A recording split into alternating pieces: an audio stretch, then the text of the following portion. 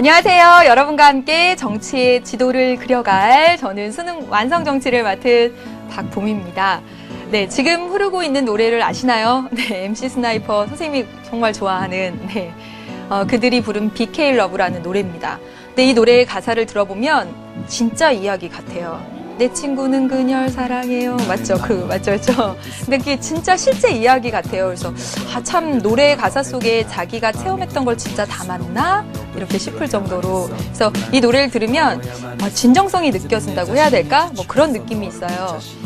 근데 우리는 참 거짓말을 잘하잖아요. 안 한다고요? 하루에 정말 얼마나 한대더라. 사람들이 진짜 많이 하는데 선생님도 사실은 굉장히 솔직한 편인데도 거짓말을 좀 해요. 가령 아직 멀었는데 이제 다 왔어. 조금만 있으면 가. 뭐 이런 거. 그 다음에 문자 메시지 답장 안 하거나 전화 안 받아놓고 몰랐다고. 그런 거 많이 하지 않나요? 네. 뭐 그런데 네, 여러분 우리는 거짓말도 잘 하지만 이제 앞으로 있잖아요, 여러분. 이제 수시 원서 다 쓰고 또 이제 수능 준비해 가면서 여러분이 아무리 얼굴 표정으로 거짓말을 하고 싶어도 온 그 표정으로 진심을 드러내야 할 순간이 이제 다가올 겁니다. 네. 무슨 얘기냐고요? 우리 반에 같이 있는 애가 합격 소식을 알려왔어요. 그러면 진심으로 축하해줘야 되는데 얼굴 한가득 그 표정이 안 나타나죠. 그쵸? 예, 속마음이 다 드러납니다. 내가 탈락했다는 소식을 들었어요. 불합격 소식을 들었어요. 그냥 덤덤한 척 해야 되는데 온 얼굴로 여러분들 이제 표현하시게 될 겁니다. 이제 그런 시간들이 이제 올 거예요. 여러분, 사람이니까 다른 사람이 잘 되거나 또는 내가 못 되거나 하는 것들에 정말 여유를 갖긴 어렵겠죠. 그렇지만 이제 그런 일들이 많이 일어날 거거든요. 그래도 마음의 안정을 찾고 조금 여유를 가지고 담담하려고 노력하십시오. 예, 조금은 이제 거짓말을 할 수 있게 그렇게 노력을 하십시오. 네, 그 얘기를 하려고 이 노래도 틀어봤습니다. 네, 오늘 이 시간에는요, 여러분 지난 시간에 이어서 국민의 권리와 의무 하고 있습니다. 3단원 초반 나가고 있는데 여러분 개념 정리는 수특이나 수특 개념에서 확실하게 하고 오셨다는 전제하에 선생님 하고 있어요. 예, 그래서 개념 이렇게 간략히 소개만 해드리고 있습니다. 지난 시간에도 인간의 존엄과 가치 및 행복 추구권, 그리고 자유권, 평등권 가면서 성격들 여러분 아주 정확하게 여러분 머릿속에 한마디로 암기되어 있어야 해요. 네. 해당되는 문제들, 자유권과 평등권 관련된 문제들 풀어봐야 되겠고요. 예, 풀어봤고요. 그리고 이번 시간에 여러분 참정권, 청구권, 사회권의 성격들 간단히 살펴보고 해당되는 문제들 또 풀어보고 이렇게 쭉쭉쭉 나가도록 하겠습니다. 여러분, 정치의 지도를 그려야 합니다.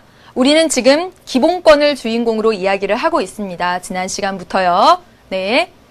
17, 18강에 걸쳐서 기본권을 주인공으로 하고 있습니다. 16강이 헌법이 주인공이었죠. 17, 18강은 기본권입니다. 기본권의 성격에 대해서 그리고 종류에 대해서 이번 시간에 하고 있습니다. 지난 시간과 이번 시간을 거쳐서 가장 포인트가 되는 것 기본권의 종류라고 했습니다. 네, 마저 보겠습니다. 네, 여러분 기본권의 종류 3가지 또 나와 있습니다. 그렇죠? 예, 참정권, 사회권, 청구권 하고 나와 있어요. 참정권은 국가 정책 결정 활동에 참여할 수 있는 권리로서 능동적 권리라는 성격 갖는다는 거 잘 알고 계시죠? 그리고 우리가 선지에서 자주 나왔던 게 바로 이것입니다. 국민의 권리로서 외국인에게는 제한되는 권리다라는 것입니다. 참정권만은 외국인과 내국인을 동등하게 대우하기가 어렵다라고 말씀드렸었죠. 그쵸? 종류로서 선거권, 공무단임권, 국민투표권 등이 있습니다. 여러분, 사회권입니다. 사회권.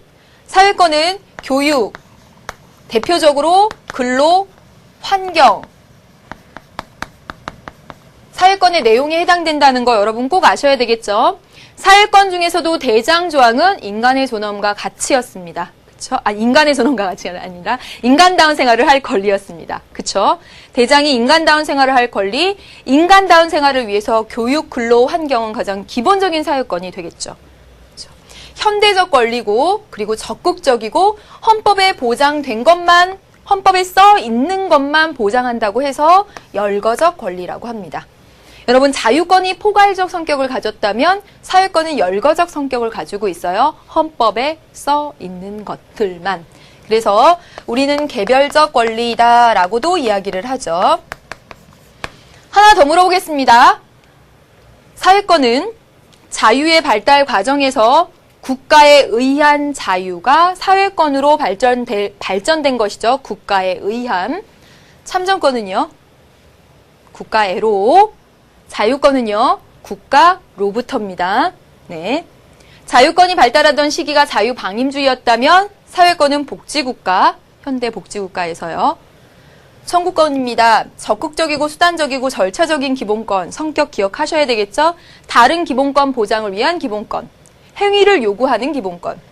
그래서 종류, 청원권, 재판 청구권, 형사보상 청구권, 국가 배상 청구권, 범죄 피해자 구조 청구권 등등의 내용도 여러분 알고 있어야 됩니다. 기출문제 보시면 알겠지만 각각의 내용들만 써놓고 전체적으로 청구권인 거 알아야만 풀 수 있는 문제들 나왔습니다. 이 5가지 종류들 있죠. 예, 5가지 종류, 청구권의 종류에 해당되는 내용도 알고 계셔야 되겠죠. 예, 여기까지 봤습니다. 해당되는 문제 보도록 하겠습니다. 예. 2번입니다, 여러분. 2번. 네, 2번. 몇 페이지 2번이라고 말해줘야 되나? 왔다 갔다 하니까 84페이지 2번 문제입니다. 84페이지. 그럼 84페이지 앞입니다. 예. 이제 기본권에 대한 문제들 몰아서 풀겠습니다, 여러분. 네. 다음 헌법조항의 의의에 대해서 옳게 발표한 학생만을 보기에서 고른 것은, 여러분, 모든 국민은 인간으로서의 존엄과 가치를 가지며 행복을 추구할 권리를 가진다. 대장기본권, 인간의 존엄과 가치 및 행복 추구권에 관련된 조항입니다. 국가는 개인이 가지는 절대로 침해할 수 없는 이 기본권을 확인하고 보장할 의무를 진다. 천부인권적 성격이라는 것을 알 수가 있죠.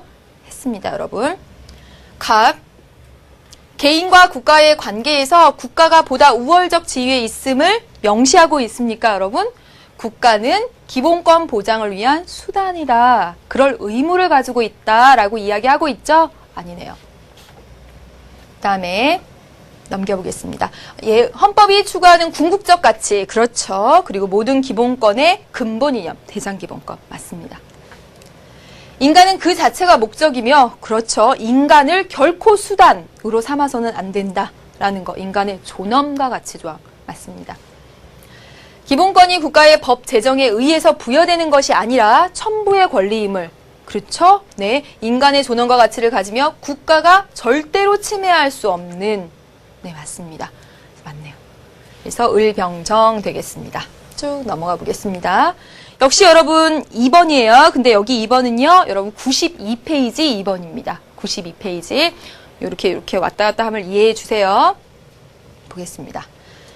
지금 기본권에 대한, 기본권의 종류에 대한 문제들 모아서 풀고 있어요.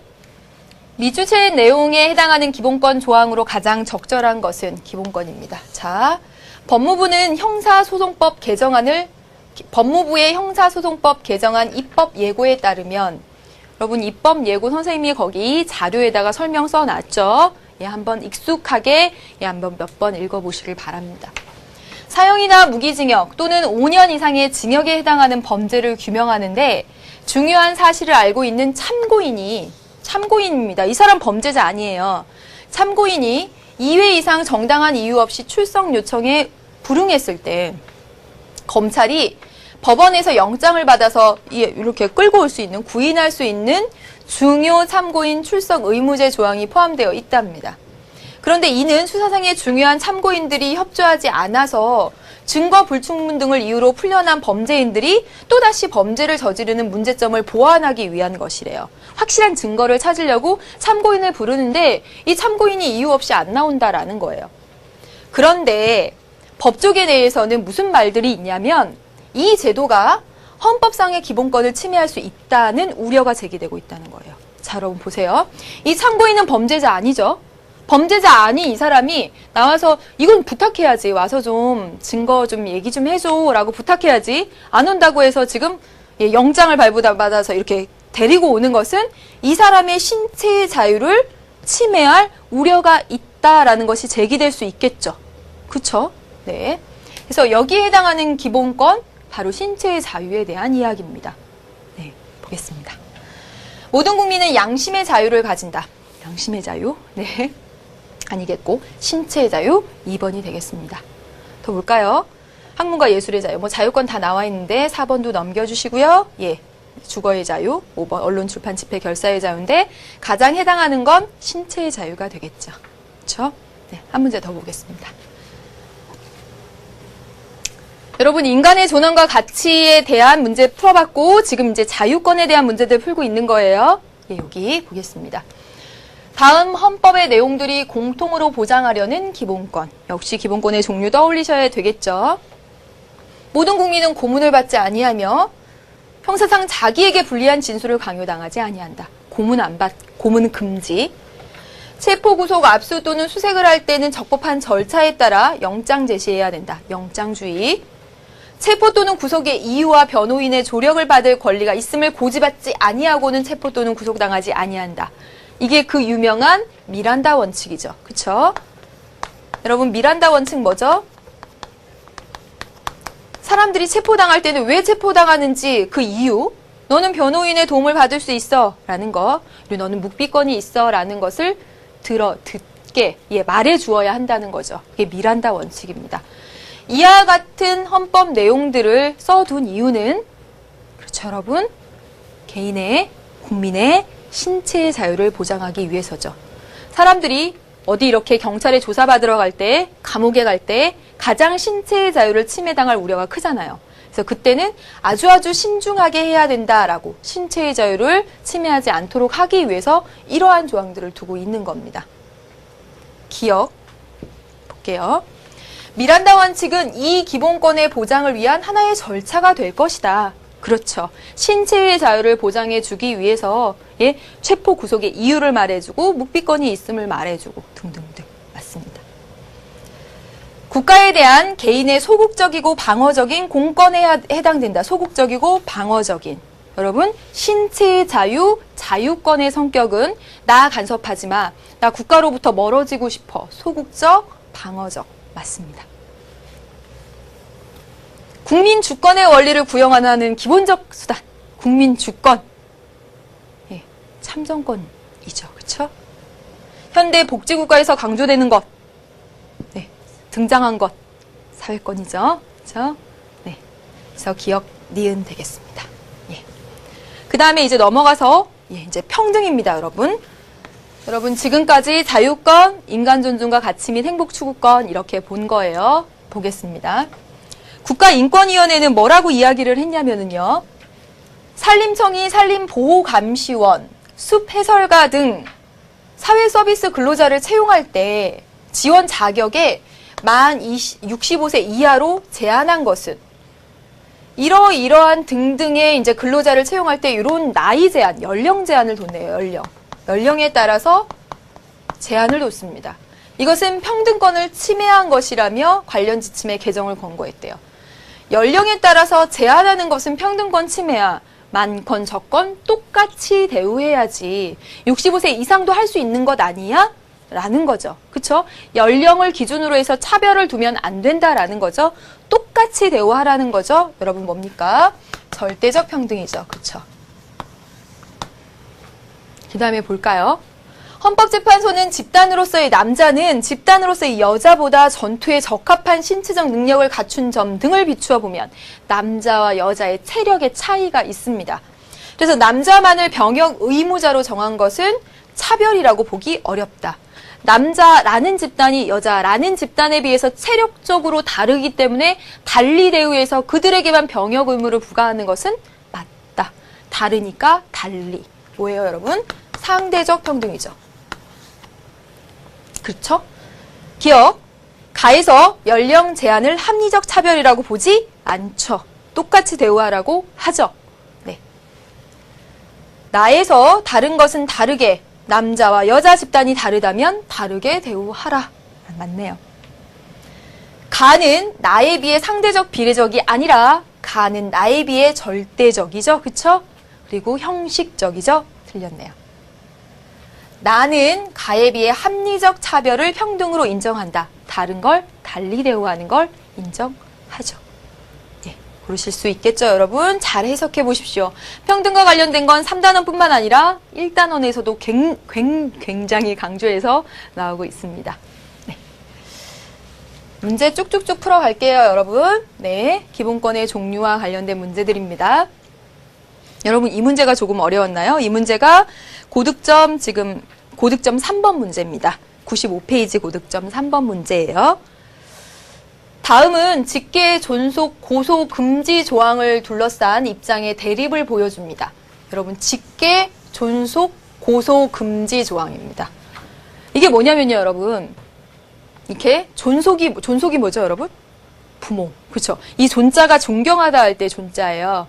그래서 부모, 우리보다 위를 존속이라고 하고 우리보다 아래를 비속이라고 합니다. 그래서 더 쉽게 쓰면 무슨 얘기냐면 부모는 자식을 고소할 수 있어요. 현재 법상으로 자식에 대해서 고소를 할 수가 있습니다. 그런데 자식은 부모를 고소할 수가 없습니다. 이런 일이 일어날까? 그렇죠? 자, 실제로 있었던 사례입니다. 어떤 사례냐면 어떤 남자가 어머니로부터 고소를 당했습니다. 고소당한 이유는 폭행죄였어요. 그래서 부모가 자식을 고소할 수 있으니까 폭행죄로 고소를 받아서 재판을 받았네요. 근데 무죄 판결을 받았습니다. 자식 억울하죠? 좀 이런 집안 있으면 안 되는데. 예, 자식 억울합니다. 자식이 부모를 상대로 이 무고죄로 고소를 하려고 딱 갔더니 자식은 부모를 고소할 수 없습니다 하는 거예요. 그래서 이 사람이 왜 자식은 부모를 고소할 수 없나요? 이거는 모든 사람이 이렇게 고소할 수 있어야 하는데 왜 나만 차별되고 자식들만 차별되고 하냐면서 이건 평등권을 침해한다며 헌법소원을 냈습니다. 그래서 실제로 이렇게 대립되는 의견들이 있어요. 갑과 같은 의견. 실제로 이렇게 비속들, 자식들의 고소권을 제한하고 있는 분야는 피해의 심각성이 상대적으로 낮은 범위에 국한되어 있고 여기입니다. 유교적 전통 측면에서 보면 우리 고유의 전통 규범을 소화하기 위해서 자식들이 부모 세대를 고소하는 행위는 행위와 같은 그런 반인륜성을 억제하고자 이를 제한하는 것은 합리적인 근거가 있는 차별이다. 우리 전통적인 윤리의 근거에 봐서도 어떻게 자식들이 부모를 하냐. 부모는 그럴 수 있지만 이건 차별이 아니다. 합리적이다. 이런 의견들이 있고요. 실제로 판결은 이렇게 났습니다. 근데 을은 이렇게 말하네요. 존비속이라는 관계는 범죄의 재질과 측면에서 책임 면에서 고려할 수 있어도 그렇죠. 부모 자식 간이라면 범죄 행위에 대해서 처벌을 하거나 이럴 때 뭔가를 고려할 수 있다고 하더라도 국가 형벌권 행사를 부정할 이유는 되지 않는다고 생각해. 아무리 전통 윤리의 보호라는 입법 목적이 정당하다고 하더라도 그렇다고 하더라도 자식들에게만 형벌권 행사, 이거 형벌권과 관련해서 고소권을 아예 딱 금지시킨 것은 이것은 맞지 않는다라고 생각해 라는 것입니다. 되셨죠, 여러분? 보겠습니다. 기억, 갑은 전통 윤리는 국가가 제한할 수 없는 절대적 성격을 가진다. 갑이 지금 전통 윤리는 국가가 절대로 제한할 수 없는 거라고 이야기하고 있어요? 그게 아니죠. 그렇죠? 전통 윤리를 보호하기 위해 직계 비속들의 고소권을 제한하는 것은 합리적이다라고 이야기를 했지 전통 윤리와 관련해서 국가가 절대로 제한할 수 없다라는 이야기를 한 건 아니잖아요. 그렇죠? 을은 가족관계는 자율적 생활 영역이기 때문에 국가의 개입이 옳지 않다고 본다. 을은 가족관계는 자율적 생활 영역이니까 국가가 절대 개입하지 마. 국가에 개입하지 마. 그런 얘기가 아니고 자식들만이 있어서 자식들만 고소권을 제한하는 것은 그 입법 목적에 비추어서 너무나 맞지 않다라고 이야기를 하고 있는 겁니다. 아니죠. 갑은 을과 달리 직계 존속의 고소 금지 조항이 평등의 원칙에 부합한다라고 본다. 다르니까 달리 대우한다. 부모는 자식을 그렇게 할 수 있지만 자식은 부모를 그렇게 하는 것은 맞지 않는다. 그것은 합리적인 근거가 있는 차별이다 라고 보는 거죠. 맞습니다.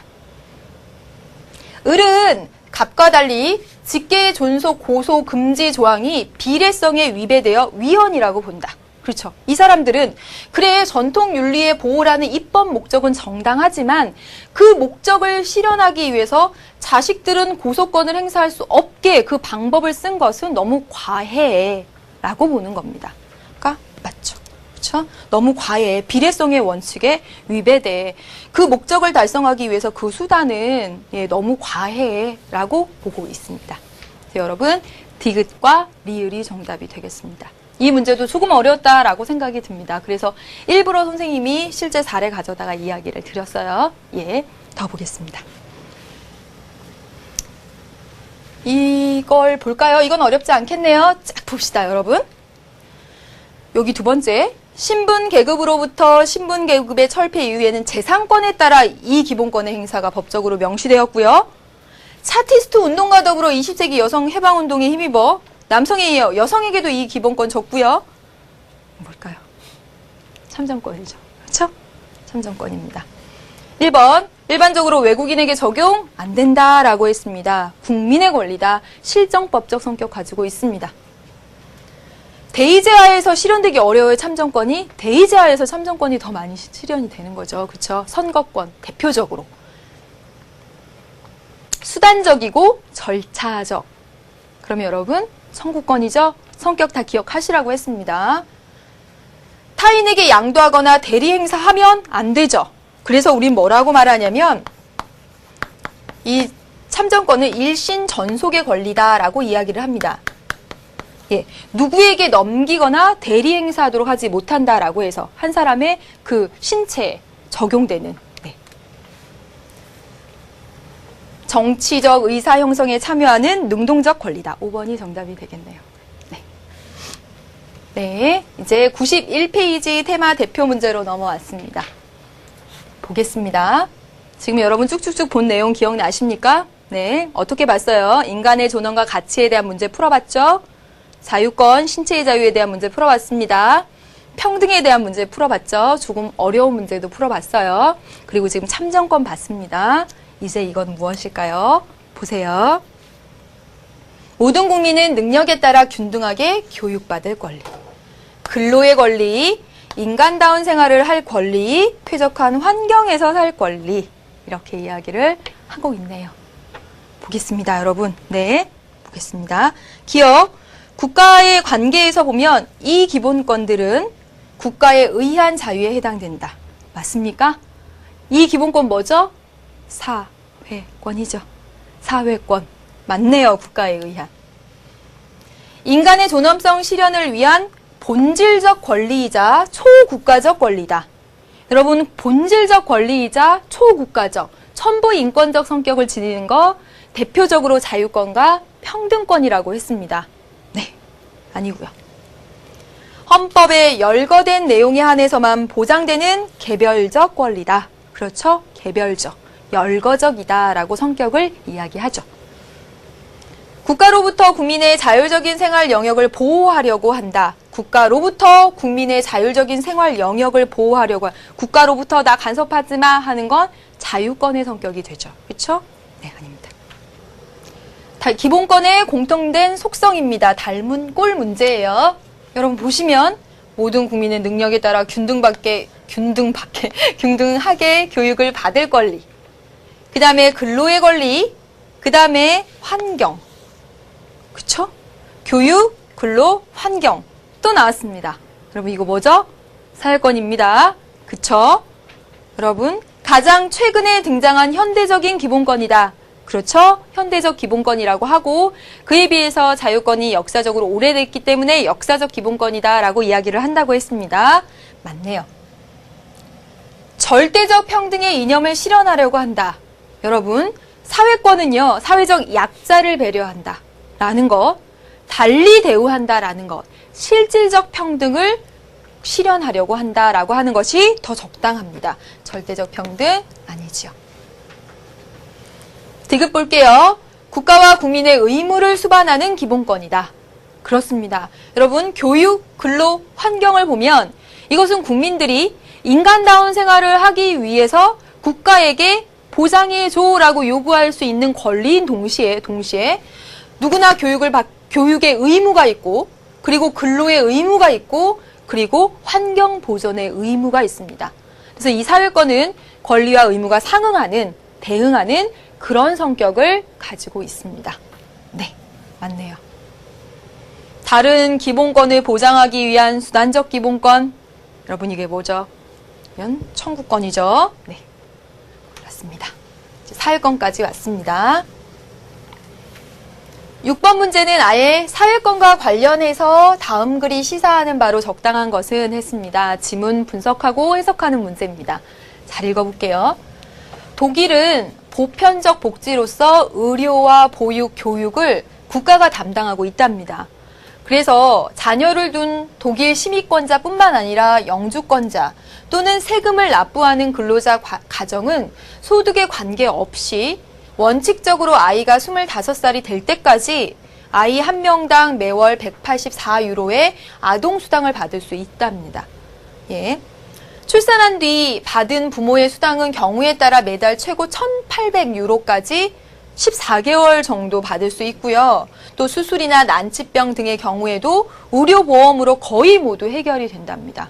복지가 굉장히 잘 이렇게 이루어지고 있죠. 의료, 교육 다 있어서 더 넘겨볼게요. 대학 등록금의 경우에 있어서는 바이에른 등 6개 주에 속한 대학들에서만 한 학기에 75만 원을 받고 있고요. 2주만 75만 원 받고 있대요. 다른 주는 안 받는다는 겁니다. 우리나라는 400~500만 원이 넘죠, 한 학기에. 그런데 보세요. 독일의 현 복지 수준의 뒷받침은 상대적으로 높은 세금임을 부인할 수가 없대요. 지금 보시면 아이 낳았다고 출산 수당 1,800유로 주고 그리고 대학 등록금 다 거의 보장해주고 의료 혜택 다 주고 이렇게 했을 때는 국민들이 높은 세금을 냈기 때문에 가능하겠죠. 그렇죠? 부가가치세율도 19% 그리고 근로소득세, 의료보험료 등도 상대적으로 우리에 비해서 높대요. 그런데 여러분 보세요. 하지만 분명한 것은 독일 국민들이 자신들이 낸 세금을 고스란히 복지 혜택으로 돌려받고 있다는 것이다. 이 사람들은요. 이렇게 세금을 많이 내도 그것을 다 내가 혜택으로 돌려받고 있다는 믿음이 있기 때문에 세금 내고 복지 혜택을 누리고 있다라는 것이에요. 자, 보겠습니다. 1번. 과도하게 사회권을 보장하면 경제성장을 저해한다라는 지금 얘기를 하고 있는 거예요? 아니죠. 네. 사회권의 확대는 사회 통합을 달성하는 수단이다. 사회권을 확대해서 그쵸, 사회적 약자를 배려하면 모두가 이렇게 이제 분열하는 대신에 하나로 모아지는 통합이 가능하겠죠. 그런데 위에서 보여지는 건 그 얘기는 아니죠. 사회권을 확대하면 모든 사람이 이렇게 하나로 모여서 통합하겠다 그런 얘기는 아니죠 또. 사회권 보장은 자유권과 충돌을 초래하게 된다. 사회권과 자유권을 비교해서 이야기를 할 때 사회권은 국가의 개입 확대, 자유권은 국가의 개입 축소 이렇게 좀 반대의 측면이 있기 때문에 충돌할 수 있는데 위에 얘기와는 또 관련이 없습니다. 인간 존중의 이념은 사회권의 확대를 통해서 이루어진다. 인간 존중이라는 가장 대장 기본권을 달성하기 위해서 사회권, 청구권, 참정권, 자유권, 평등권 등등이 존재하니까 틀린 말은 아니죠. 그런데 위의 사항과 관련이 없죠. 그 얘기를 하려는 건 아니죠. 정답은 5번이 되겠습니다. 자, 보세요. 사회권이라고 하는 것은 사회권의 확장 이런 것은 비용에 대한 어떻게 비용을 할 것인가에 대한 사회적 합의를 바탕으로 실현된다. 그렇죠. 여기서 그렇게 하고 있죠. 독일 국민들이 자신들이 낸 세금을 고스란히 복지 혜택으로 돌려받고 있다는 믿음이 있기 때문에 그 비용을 내고 있다라는 것이잖아요. 5번이 정답이 되겠습니다. 네. 이제 5번으로 가겠습니다. 그럼 가에 들어갈 기본권에 대한 옳은 설명은 그랬습니다. 네, 이것도 실제 있었던 사례입니다. 보시면 2급 시각장애인으로 안마 시술소를 운영하던 제이 씨는 지난해 2월과 3월에 중국이 4명을 불법 고용한 혐의로 기소가 됐습니다. 소송이 제기됐습니다. 1심과 2심에서 벌금형을 선고받은 제이 씨는 이렇게 말했어요. 나는 2급 시각장애인이라 인쇄물을 읽기가 거의 불가능한 시각장애인인데 변호인의 도움 없이 재판을 받아서 다시 말하면 이 사람은 인쇄물을 거의 볼 수 없어서 점자로 된 소송 자료를 받아봤었어야 되는데 점자로 된 점자가 이게 아니죠. 점자로 된 소송 자료를 전혀 보지 못한 상태에서 재판을 진행해서 자기의 재판 청구권을 침해당했다면서 소송을 제기했습니다. 물론 관련된 여러분 신문 기사를 찾아보면 이 시각장애인의 변호인의 도움을 받을 권리, 뭐 이런 얘기들이 나와 있습니다. 여러분, 변호인의 조력을 받을 권리는 어디에 속하죠? 자유권에 속하죠. 그렇죠?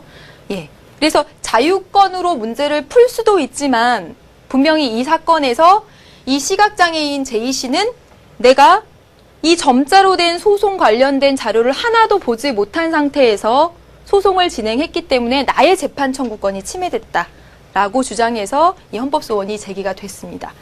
예. 상고를 제기했습니다. 헌법소원이 아니라. 자, 그럼 이게 재판 청구권이에요? 청구권입니다. 청구권. 예. 청구권에 대한 설명입니다. 볼까요? 기본권 보장을 위한 기본권. 맞습니다. 국민이 주권자로서 당연히 갖고 있는 거, 참정권이죠. 침해된 기본권을 구제하는 가장 일반적인 방법이죠. 청구권, 재판 청구권. 모든 국민의 인간다운 생활은 사회권이죠, 여러분. 네, 이 사례 통해서 청구권에 관련된 성격 찾아보았습니다. 여러분, 사례가 어려운 거지 보기 내용들은, 성격들은 여러분 기본 개념에서 다 익히셨던 내용입니다. 예. 더 볼게요. 7번입니다. 예, 실전 7번이에요. 보겠습니다. 모든 국민은 법률이 정하는 바에 의해서 국가기관의 문서로서 청원할 권리. 여러분, 이거 뭐죠? 청원권이죠. 예. 그 다음에 여러분 보세요. 형사 피의자 또는 형사 피고인으로 갇혀 있었던 자가, 여러분 자 보세요. 형사소송의 단계를 보면 첫 번째 수사를 합니다. 그리고 공판을 하고요. 집행이 이루어집니다. 이 말이 어렵다고요? 자, 여러분 수사는 잘 아시죠? 공판은 뭐냐면 재판이 진행되는 거예요. 재판의 결과 판결이 나면 그거에 따라서 감옥에 넣거나 하는 게 집행이에요. 자, 보시면 수사하는 단계에서 범죄에 의심이 가는 사람을 우리는 피의자라고 부릅니다. 범죄에 의심이 가는 사람. 근데 이 사람이 재판을 받게 되면 피고인으로 변합니다. 네. 공판이라는 재판이 시작되려면 검사가 소송 제기를 해야 됩니다. 그걸 어려운 말로 뭐라 그러냐면 기소라고 합니다. 기소. 되셨죠? 그럼 자 보세요. 피의자 단계에서 또는 피고인이, 여러분 여기 보세요. 형사 피의자 또는 피고인으로 구금되었던 자, 갇혀 있었다는 거예요. 피의자가 갇혀 있었고 피고인이 감옥에 갇혀 있었다라는 얘기예요. 그런데 자 보세요. 법률이 정하는 바에 의해서 불기소 처분을 받거나 피의자가 불기소 처분입니다. 피고인이 무죄 판결을 받으면, 자 보겠습니다. 여기서 수사 단계에서 피의자가 혐의를 받고 있는 사람이 갇혀 있었어요. 근데 검사가 얘 재판 청구할 필요 없겠는데 기소 안 하고 불기소했어. 그럼 재판 안 받으면 얘 나가야지. 그럼 그동안 갇혀 있었던 거 억울하죠? 그쵸? 마찬가지로 피고인, 얘 지금 구금되어 있죠? 그런데 여기서 무죄 받았어요. 무죄. 그러면 그동안 갇혀 있었던 거 억울하죠? 그쵸? 그래서 국가의 정당한 보상을 청구할 수 있다. 형사 보상 청구권입니다. 보상 청구권. 여러분 물론 외우실 필요는 없습니다. 피의자가 불기소 처분받고 피고인이 무죄 판결을 받았을 때 이렇게까지 외우실 필요는 없는데 구금되었던 상태에 대한 보상으로 형사 보상 청구권이다. 알아두시면 되겠죠. 그 다음에 보겠습니다. 공무원의 직무상 불법행위로 손해를 받은 국민이 법률이 정하는 바에 의해서 국가에 또는 배상을 청구할 수 있다. 국가 배상 청구권. 그 다음에 타인의 범죄 행위로 인해서 생명, 신체에 피해를 받은 국민은 국가로부터 구조를 받을 수 있다. 예, 범죄 피해자, 범죄 행위로 인해서 범죄 피해자 구조 청구권이죠.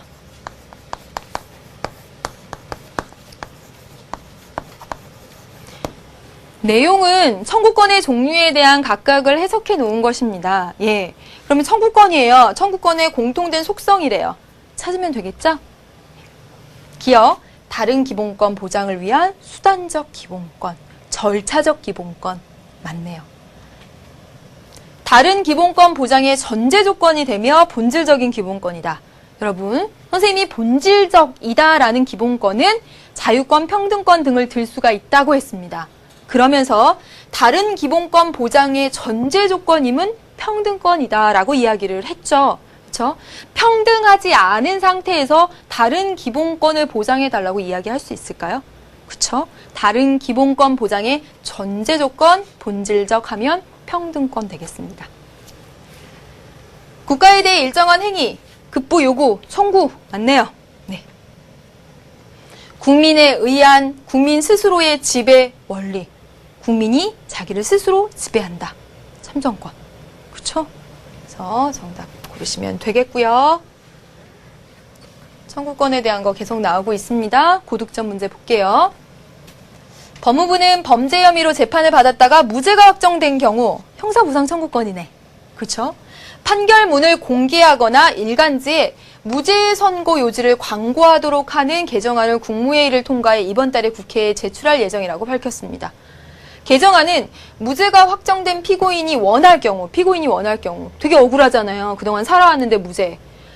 법무부 홈페이지에 판결문 전체를 1년 동안 공개하고 이러한 이유로 얘는 그동안 범죄가 아니었는데 무죄였다라는 내용을 공개하고 언론에 널리 보도된 사건일 경우 국가 부담으로 무죄 이유와 확정 일자 등을 광고하도록 했습니다. 네. 또한 개정안은 구금됐다가 무죄가 확정된 피고인이 형사보상금을 청구할 수 있는 기간을 지금까지는 1년이었대요. 그런데 3년으로 연장했으며 30년째 5,000원에 머물고 있는 1일 보상금을 하루 보상금이 5,000원이라는 건 말도 안 되죠. 그렇죠? 1시간당 임금이 얼만데.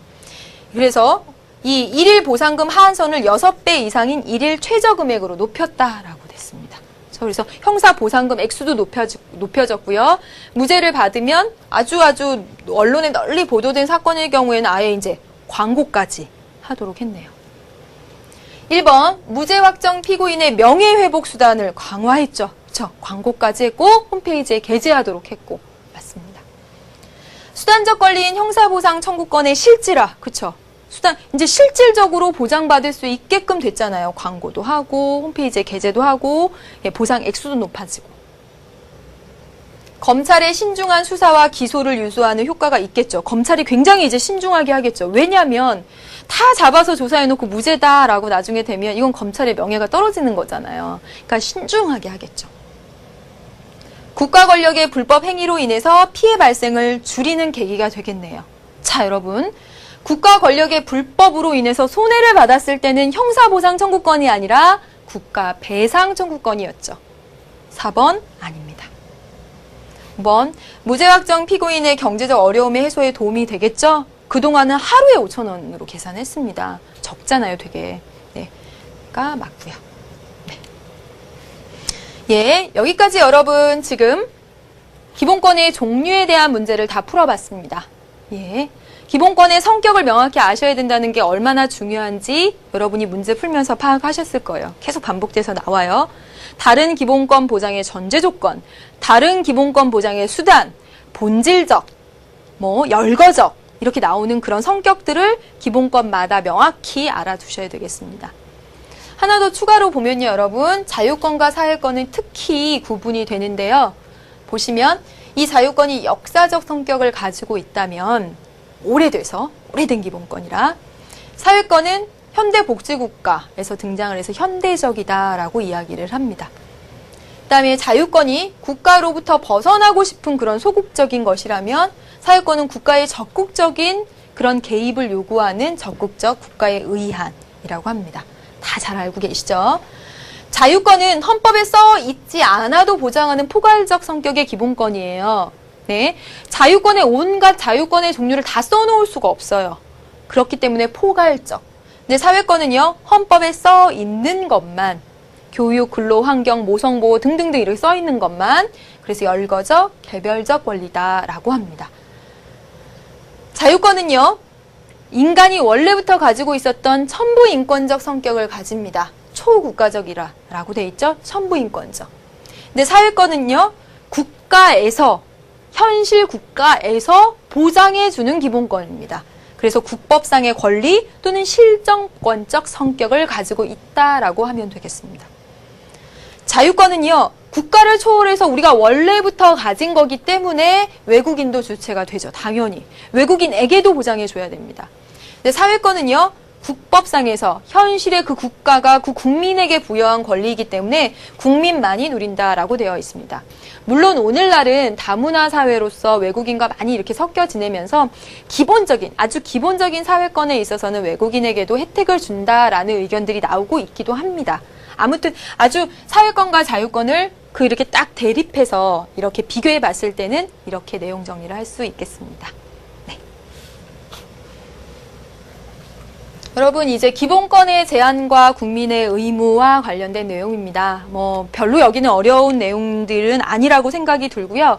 그리고 실제로도 많이 기출이 되진 않았습니다. 네, 볼게요. 기본권의 제한. 기본권을 제한할 수 있다는 것은 기본권을 실정법상의 권리로 보는 그런 시각이 되죠. 그렇죠? 보시면 기본권은 그렇지만 기본권을 제한할 때는 반드시 이러이러한 사유가 있을 때만 제한이 가능합니다. 네, 우리나라 헌법에 나와 있죠.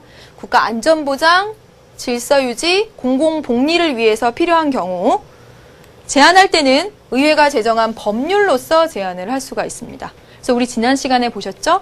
모든 사람의 사생활의 비밀의 자유, 그렇죠? 그다음에 표현의 자유 이런 거 보장해줘야 하지만 법률 만들어서 전기통신비밀보호법, 그렇죠? 통신보호법 이런 거 생각나시죠? 그런 법률을 통해서 제한하는 경우도 있습니다. 감청도 하고요. 그렇죠? 근데 제한의 한계 볼게요. 기본권의 본질적인 내용은 침해할 수 없도록 되어 있습니다. 본질적인 내용이 뭔지 아시죠, 여러분? 네, 가장 대표적으로 얘기하는 거 있죠? 도로 뚫어야 돼가지고 토지 수용했습니다. 토지를 뺏으면 안 돼요. 그러면 재산권을 침해한 겁니다. 토지를 뺏으면 안 돼요. 아, 네 토지 좀 쓸게 하고 보상해줘야 합니다. 기본권을 제한하되 보상해줘야 합니다. 그래야 기본권의 본질적인 내용은 침해하지 않는 거니까 뺏으면 안 됩니다. 아예 박탈하면 안 된다라는 겁니다. 자, 사유, 방법, 한계 있습니다. 근데 제한에 예외가 있어요. 보시면 국가 긴급권이 발동될 때, 국가가 아주 긴급한 상황일 때는요, 명령이나 처분으로도 제한이 가능합니다. 자, 지금 보시면 의회가 제정한 법률로서만 제한할 수 있다는데 국가가 아주 위급한 상태야, 긴급한 상태라는 이야기죠. 그때 언제 의회를 소집해갖고 법률을 땅땅땅땅 만들 시간이 없다고요. 그럴 때는 행정부의 명령이나 처분으로도 제한이 가능합니다. 다만 이런 국가 긴급권을 발동할 때는 국회가 사후에 인정, 승인이 필요합니다. 국회 승인. 그다음에 국회는 계엄 해제를 요구할 수 있는 권한도 있고요. 이건 참고적으로 썼습니다. 네. 그다음에 보겠습니다. 이제 국민의 의무예요, 여러분. 의무 볼까요? 헌법의 의무를 규정한 이유. 헌법에 왜 의무를 써놨을까? 헌법은 국민의 기본권을 보장하기 위해서 만들어진 법인데 헌법에 왜 의무를 써놨을까요? 그것은요, 여러분, 국가 권력에 의해서 그 국가 권력이 필요에 따라서, 기분에 따라서 자의적으로 새로운 의무를 부과하지 못하게 하기 위해서 헌법에 딱 이런 의무가 있다라고 써둔 것입니다. 이 이상 국가 권력이 자의적으로 국민에게 의무를 부과하지 못하게 하기 위해서. 자, 이 의무는 크게 고전적 의무와 현대적 의무로 나눌 수가 있습니다. 여러분 잘 아시죠? 고전적 의무는 그 국가를 지탱해 나가고 유지해 나가고 그 사회를 유지해 나가기 위한 가장 기본적인 의무입니다. 그 사회 운영에 필요한 자금들은 그 국민이 돼야지, 당연히. 그렇죠? 그리고 그 사회, 그 국가를 외적으로부터 지켜야 되는 것도 당연히 그 소속 국민이 해야 될 의무가 되겠죠. 그래서 이 고전적 의무라고 하는 것은 납세 국방의 의무가 대표적이고 순수하게 의무로서의 성격만 가집니다. 순수하게. 내가 세금을 냈다고 해서 무슨 너 세금 냈으니까 그만큼 뭐가 돌아오는 뭐가 이게 있는 게 아니에요. 예. 하나만 더 하겠습니다, 여러분. 국방의 의무는 모든 국민이 가진 의무입니다. 선생님도 국방의 의무 있습니다. 맞아요, 여러분. 국방의 의무는 모든 국민이. 다만 남자라는 집단과 여자라는 집단의 체력의 차이가 있기 때문에 병역의 의무만 남자가 합니다. 이게 시험에 나왔었다니까요. 국방의 의무는 모든 국민이, 단 병역의 의무만 남자가 합니다. 그래서 의무 다 행사하고 있습니다. 근데 현대적 의무는요, 권리이자 의무의 성격을 가집니다. 사회권의 형식인데, 자 보세요. 교육, 근로, 환경권, 사회권에 들어갔던 거죠? 그렇죠? 대표적으로 이런 것들. 그런데 이건 동시에 의무로서 성격도 가진다고요. 교육의 의무, 근로의 의무, 환경 보존의 의무, 또 재산권 행사의 자유가 있잖아요. 그런데 동시에 오늘날 현대에서는 재산권을 행사할 때 공공의 이익에 적합하게 해야 된다는 의무. 그래서 현대적 의무는 권리이면서 동시에 의무의 성격을 가진다라는 것입니다. 잘 알고 계시죠? 문제 풀어보겠습니다. 방금 했던 그 내용들입니다. 어렵지 않을 거예요. 표는 국민의 헌법상의 의무를 구분한 것입니다. 가와 나에 대한 설명으로 옳지 않은 것은 했네요. 자, 이게 방금 봤던 고전적인 의무죠. 여러분, 나는요, 교육, 근로, 환경, 사회권에 대응하는 현대적인 의무입니다. 네. 보시면 가는 순수하게 의무의 성격만 지니죠. 순수하게 의무, 얘네는 권리이자 의무라고 했네요. 보겠습니다. 가는 위반 시에 모두 법적 제재가 가해지죠. 그쵸? 네. 납세 의무 다하지 않으면 세금 안 내면 네, 제재가 옵니다. 국방의 의무 다하지 않으면 제재가 와요. 맞습니다. 여러분, 그 사회를 유지하기 위한 가장 기본적 의무라고 하는 것은 고전적인 의무죠. 가입니다. 가가 아니죠. 네. 그 다음에 나는 사회적 기본권에 대응한, 맞네요. 현대적 권리이자 의무. 가능 보전, 나는 현대적 의무다. 맞습니다. 정답은 3번이 되겠습니다. 네, 여기까지 해서 지금 여러분 다 해봤습니다. 네, 국민의 권리와 의무하는 부분까지 했습니다. 여러분 지금 3단원의 앞부분, 가장 기본적인 부분을 한 겁니다. 3단원 16, 17, 18강에 걸쳐서 3단원의 헌법이라는 것, 그리고 기본권이라는 걸 중심으로 주인공으로 해서 지금 강의를 진행해 나갔습니다. 해당되는 문제 풀어봤고요. 다음 시간부터는 여러분 통치기구를 가게 되는데 여러분 여기서 정말 확실하게 기본권, 기본권의 종류, 성격은 정말 확실하게 공부하시길 바랍니다. 선생님이 자료실에 가이드해서 그 종류별로 해서 기출문제 다 모아놨습니다. 꼭 확인하시길 부탁드리겠습니다. 다음 시간에 만나도록 하겠습니다. 네, 안녕.